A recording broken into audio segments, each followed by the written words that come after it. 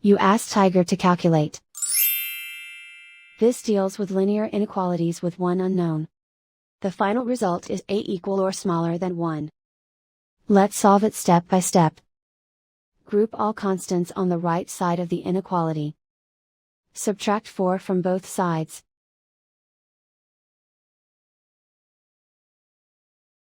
Simplify the arithmetic.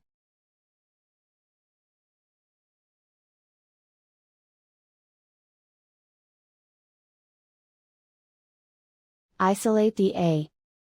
Divide both sides by 2.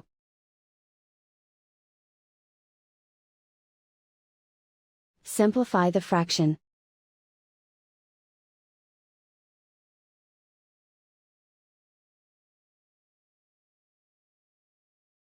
Plot the solution on a coordinate grid.